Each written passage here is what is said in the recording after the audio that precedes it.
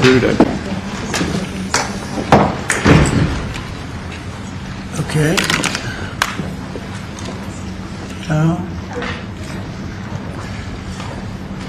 Well, thank you very much. We have a very big announcement today. It has to do with nuclear energy and other things. And this is all nuclear. It's a hot industry. It's a brilliant industry. You have to do it right. It's become very safe and environmental, yes, 100%. So I'm going to ask Doug Burgum to talk about it a little bit to start.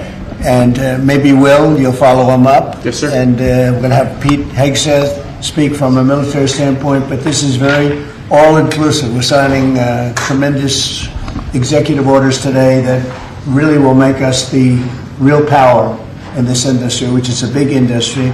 Doug, why don't you go ahead? Well, thank you, President Trump. This is a huge day for the nuclear industry. Mark this day on your calendar. This is going to turn the clock back on over 50 years of over-regulation of an industry. American greatness has always come from innovation, and we were very innovative. We led post-World War II in all things nuclear, but then we've been stagnated. We've choked it with over-regulation. Today, Will is going to walk us through a series of 4 executive orders. Each of these help attack separate issues that have held back this industry. And with us today, we've got a number of CEOs from the industry representing some of our largest nuclear providers, but also a big change. This is a time when capital and competition has finally come to this industry. We've got venture capital, we've got startups coming into all aspects with small modular nuclear, and we've also got an EO that's talking about the importance of us having a secure supply chain of being able to get that fuel load here in the United States as opposed from foreign sources. This has impacts on national security, on our defense, and again, President Trump here today has committed to energy dominance. And part of that energy dominance is that we've got enough electricity to win the AI arms race with China. What we do in the next 5 years related to electricity is going to determine the next 50, because this is the first time in history where electricity can be translated into intelligence. And we need that intelligence for every aspect of our economy, but also for defense. Pete Hegseth in the Department of Defense has been a key part of this, and this is going to help us make sure that we're providing the defense we need, where we need that AI, need the electricity, but also to secure our bases here at home and around the world. Secretary? Sure, I'll just add to that before going to Will. Energy security is national security. If we don't have reliable energy for our basing, for our troops, whether forward deployed or domestically, we're vulnerable. So by having small modular nuclear capabilities, which are rapidly being fielded, that we can use on our bases here and around the world, we're creating an environment where if things happen elsewhere, the military can be relied upon. Also, we're including artificial intelligence in everything we do. If we don't, we're not fast enough. We're not keeping up with adversaries. You need the energy to fuel it. Nuclear is a huge part of that, modular or otherwise. So we're going to have the lights on and AI operating when others do not, faster than everybody else because of nuclear capability. So this is a big game changer for us as well. We're also talking about the big plants, the very, very big, the biggest. We're going to be doing them also, but we're going to start off a little bit. I think our focus today is the smaller module, but included in this group, we're also doing big plants where needed. They won't be needed too much, but they'll literally be able to do an entire state. And you've read a lot about cost overruns in a couple of states that were pretty significant, but we're not going to have cost overruns. And the technology's come a long way, both in safety and cost and everything else. Would a couple of you guys like to talk about your companies and you want to say anything? Joe, why don't you kick it off? Sure. My name's Joe Dominguez. I run Constellation Energy. We have about 25% of the nation's fleet. We're the largest publicly traded nuclear company in the world. We're in the middle of a merger with Calpine, and once completed, we will be the largest electric producing company in the world. About enough power to produce, to cover all of Mexico, actually. I didn't know that. When we talked, you were so modest. I can't believe it. That's normally not said about me, Mr. President. I'm very impressed. Go ahead. So you think it's got a great future? Yeah, well, absolutely we do. And the big change here is not only the technology has come around, but we have some of the largest companies in the world, the hyperscalers, who need this energy for AI. who are now working with us to fund the development and construction of the next generation nuclear. Nuclear is a 24/7 resource. These data centers run 24/7. Some of them will cost $200–300 billion, and they want to run them all of the time. So we can't use intermittent resources. We need something that's always on, 24/7, and nothing does that better than nuclear. The problem in the industry has historically been regulatory delay. Mr. President, you know this because you're the best at building big things. Delay in regulations and permitting will absolutely kill you, because if you can't get the plant on, you can't get revenue, and the interest costs are horrible. We're wasting too much time on permitting, and we're answering silly questions, not the important ones.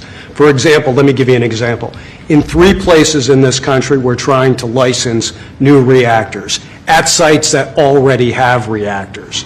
Yet I have to spend $35 billion at each site just for the NRC to do an analysis that says this is a good place for nuclear.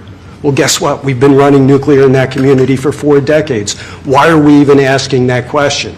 I'd rather spend that $35 million, 3 times $105 million, perfecting a design, start building the foundation, and getting going. We need to do this for America.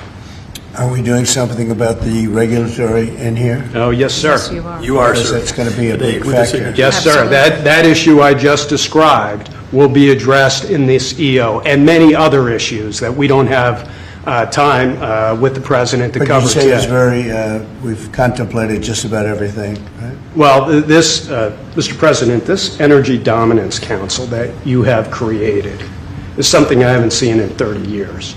It brings together all the pieces of government in one place to expedite the process. Under Secretary Burgum's leadership, this has been an amazing, amazing thing. It used to be the case that I have to run to about 5 different places in Washington to get one answer. That's great. And now it's all together in one place. So all I know about Secretary Burgum and Secretary Wright is if we haven't gotten it right, we'll get it right shortly, and there'll be another That's order for good. you to I'm sign. glad But they're thank you so addressing- much for your I'm glad they're leadership, sir. addressing. You were going to say something? Go ahead. Well, I was just going to say, commercial nuclear, a bit of an unsung hero, and I just want to thank you, Mr. President, Secretary Burgum, Secretary Wright, for bringing this attention to commercial nuclear.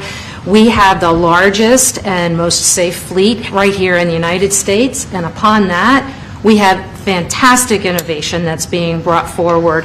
And it's going to come in all shapes and sizes, and it's going to actually be coming through some of these companies that you see represented here. We're going to have great jobs, we're going to have wonderful energy, and we're going to be ready. So thank you, Mr. President, Thank you. for Very leaning good. in. Appreciate it. Great job you've done, too. Jake? How about talking about your company and the job you're going to do? Yes, thank you, Mr. President. Well, first of all, a little MIT nuclear connection that goes back, I know, familial for you. So, but yeah, we're working on small reactors. I'm Jake DeWitt, CEO, co-founder at Oklo, working on small next-generation reactors that take technology America invented, developed, and pioneered and bringing it to the market after it sat on the shelves of history for about 40 years. And it's because of the actions that you're doing today that are going to help unleash that.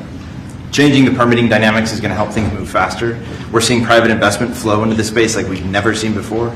We went public about a year ago, and one of the most successful actually go public outcomes for a transaction like that for a small nuclear company, because the market needs this and wants this. And under your leadership, creating the Dominance Council, I mean, it's hard to overstate the value of that. And nuclear is a manifestation of energy dominance. In fact, a golf ball of uranium metal, which this is not, but it's a golf ball, has enough energy content in it to power your entire life's energy needs. I mean, it doesn't get any better than that. And to get back to building, nuclear uses the fewest materials, right? The least amount of concrete, of steel, of fuel for amount of energy it produces. So it should be the cheapest, the most scalable, the most sustainable, just like you mentioned, Mr. President, about the importance of doing that right. The physics are on our side, and these things help unleash this innovation to actually realize that. So it's never been more exciting. Very exciting indeed. Go ahead, please. And I'm Scott Nolan, CEO of General Matter. We're an American enrichment company trying to bring back the U.S.'s lead in producing nuclear fuel. So just like car engines need fuel, nuclear reactors need fuel. Right now, the U.S. is completely dependent on other countries to make the key step of enrichment in this fuel. And these executive orders are going to pave the way for the U.S. to regain its lead. So we really appreciate it. Will you be doing the AI plants? Because we have a lot of them going up now, or soon going up, and they need tremendous electricity. Are you going to be involved in many of those plants? Yes. Will a lot of them be using nuclear, or some are using oil and gas, some are using different things? But Many of them will be, I think. it just makes a lot of sense. Nuclear is a perfect solution, and that's where most of them are interested. Good luck. Thank you. It's going to be great. It's going to be, yes. Okay, Will, please. The first executive order we have for you relates to the issue that Secretary Hegseth was speaking to, which is the need for incredible amounts of power at defense installations and also in AI-focused installations. What this executive order will do is speed up the approval and adoption process for specialized nuclear reactors at these sorts of sites. It also involves the Department of Energy making available the necessary fuel stock. It also creates a special envoy position and a strategy around nuclear technology export, the idea being that we can grow American industry on the back of foreign purchasers who are interested in this sort of technology as well. I'm just thinking, as you're saying that, I just signed, what about auto pens? Could I use an auto pen? What did Biden do? Did he have an auto pen at the desk? Nuclear powered. No, he didn't do events. Yeah, he used nuclear power. You know, he didn't do events like this, I guess. That's all right. Otherwise, you know, you walk into the other side of the room, have an auto pen sign, right? Here it is. It's phase one. Very big phase, very important phase.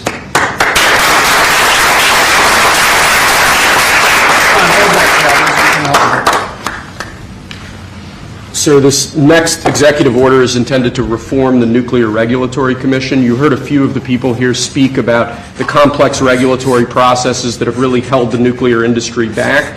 Before 1978, there were 133 reactors built in the United States. Since 1978, only 2 new commercial reactors have come online.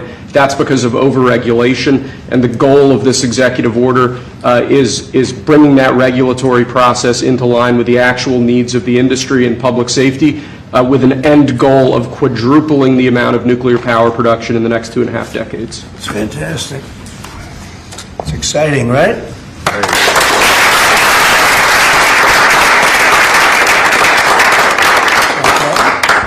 There you go. This next executive order relates to nuclear reactor testing, sir. The degree of overregulation and governmental inaction in this space in particular has had the effect of throttling development of new, highly modernized nuclear reactors that could really revolutionize the field of nuclear power generation.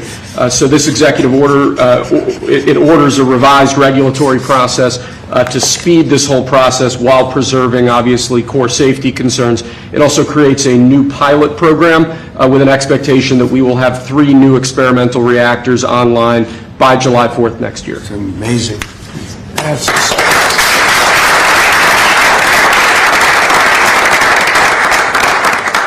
okay, come on.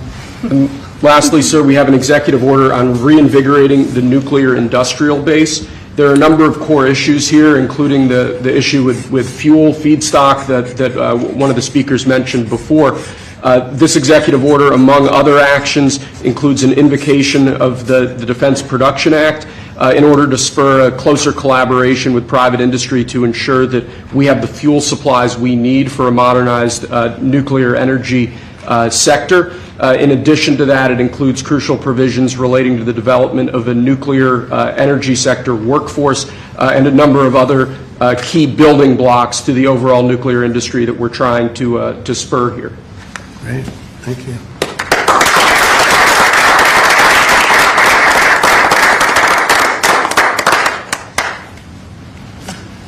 And we have one more for you here, sir. This doesn't directly relate to nuclear energy, but it's on a similar subject.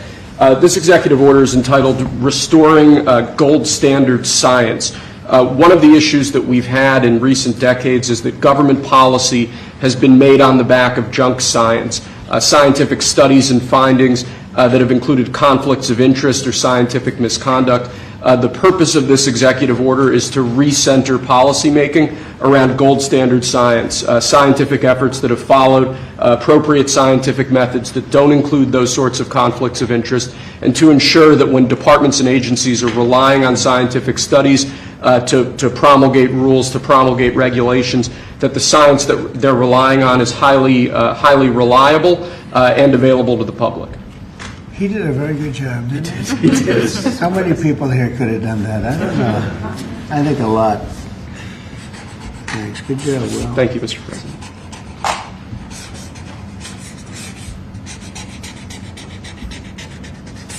Is that it? That's all we have for you now, sir.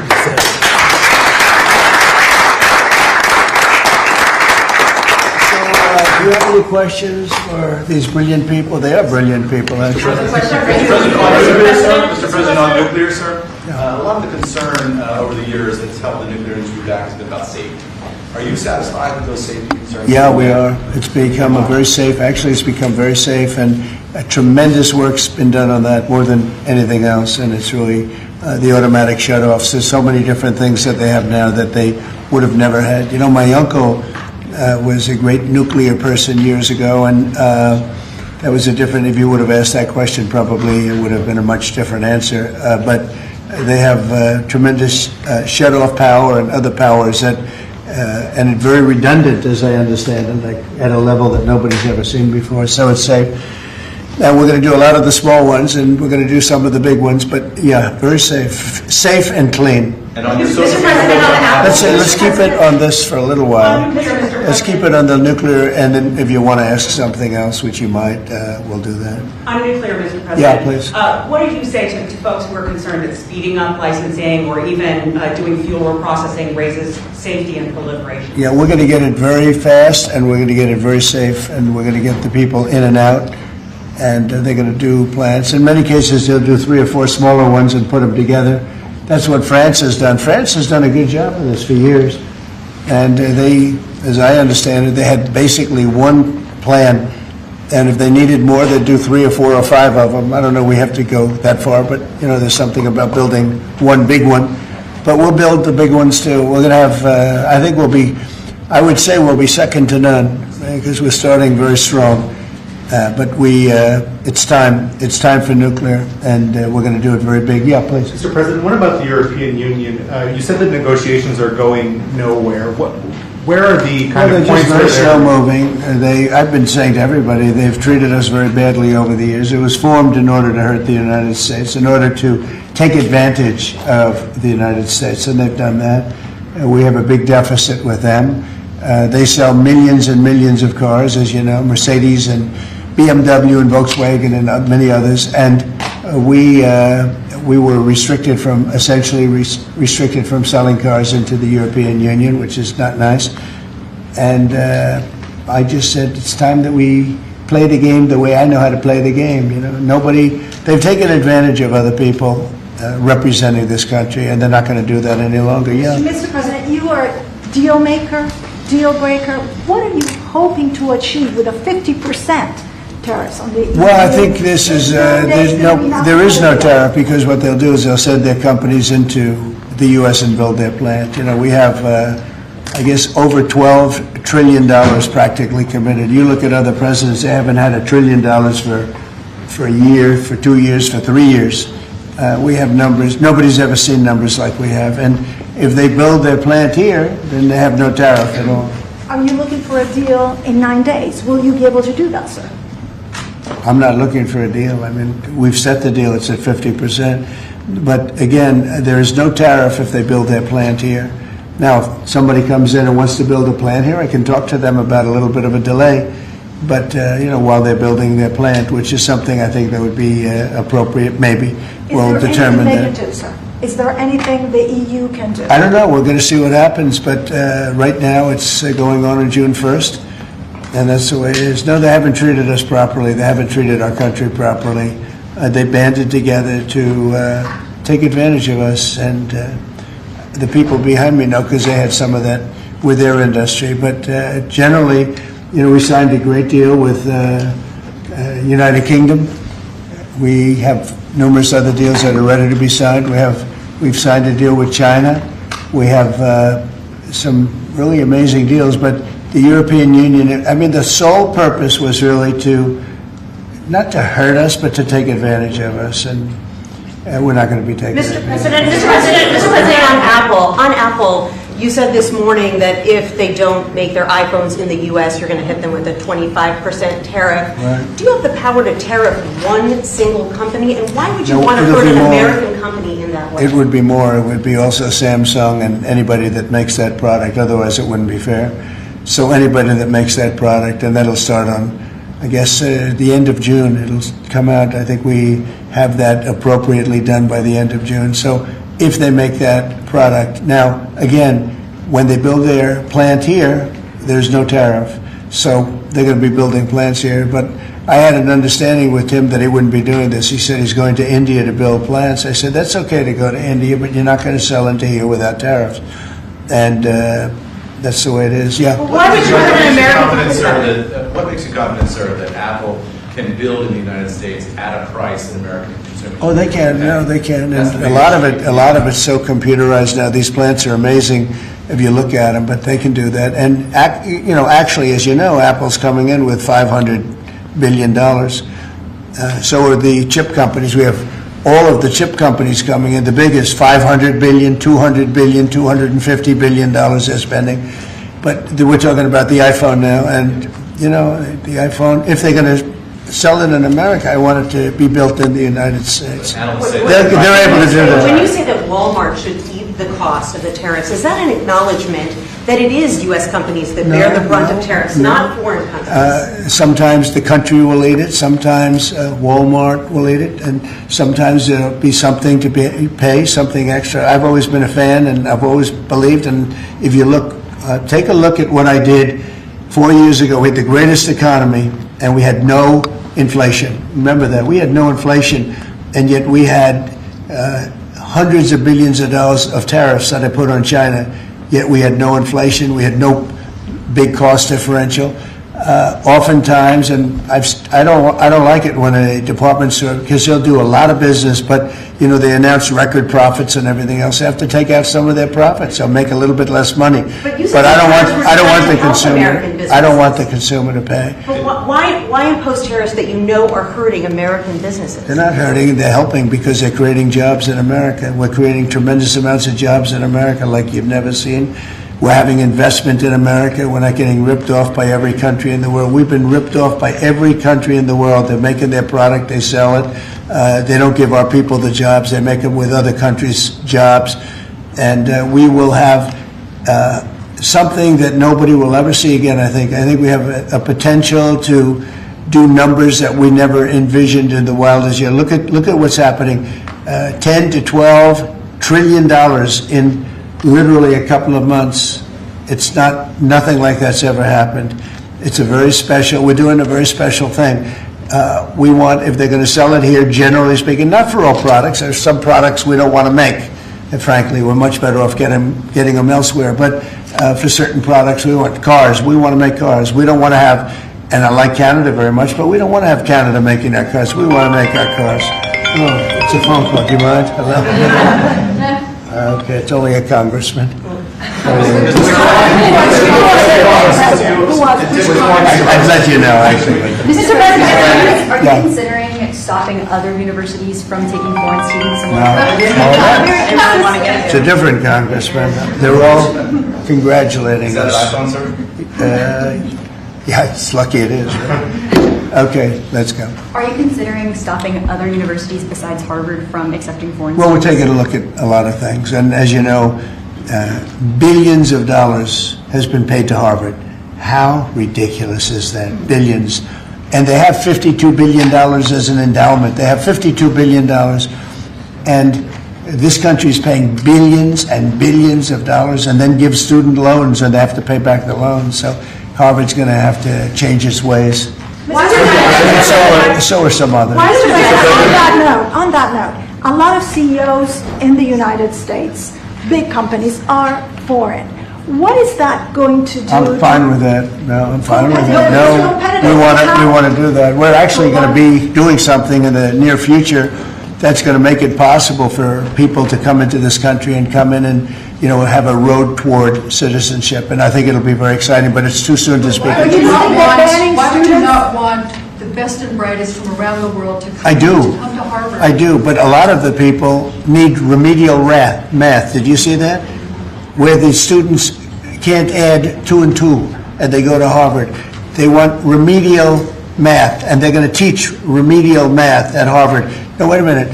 So why would they get in? How can somebody that can't add or has very basic skills How do they get into Harvard? Why are they there? And then you see those same people picketing and screaming at the United States and screaming at, they're anti-Semitic or they're something.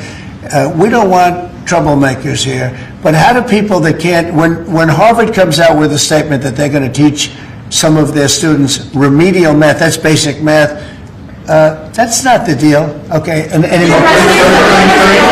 Are there other countries you're considering shortening the 90-day pause on tariffs for? And then are there specific steps you're looking for the EU to take? We have a lot of requests, and you don't have the people to handle it, frankly. Everybody wants to make a deal. I'm sure now the European Union wants to make a deal very badly, but they don't do it right. They don't go about it right. The other thing they do is they sue our companies all the time. They have suits where their judges, I don't know if they're appointed by them, but they're definitely Europe-centric, and we're not going to stand for it. They won a $17 billion lawsuit for Apple, and I read that case, and that's not a case that should have been won. They're suing other of our companies. They use this as a weapon, but they use it really to raise funds for what they do. It's almost like a fundraising mechanism. So we add that to the fact that they do the non-monetary tariffs and lots of other trading, you would call them trading barriers. They don't take our cars. They don't take our agriculture. They don't take anything, but we take their cars by the millions. And therefore, they have the jobs, they get the money, and we get closed plants. It's not going to happen that way anymore. Thank you very much, everybody. Thank you. Please don't. Thank you, guys. Please keep moving. Please keep moving. Out the door this way. Thank you, sir. Thank you, sir.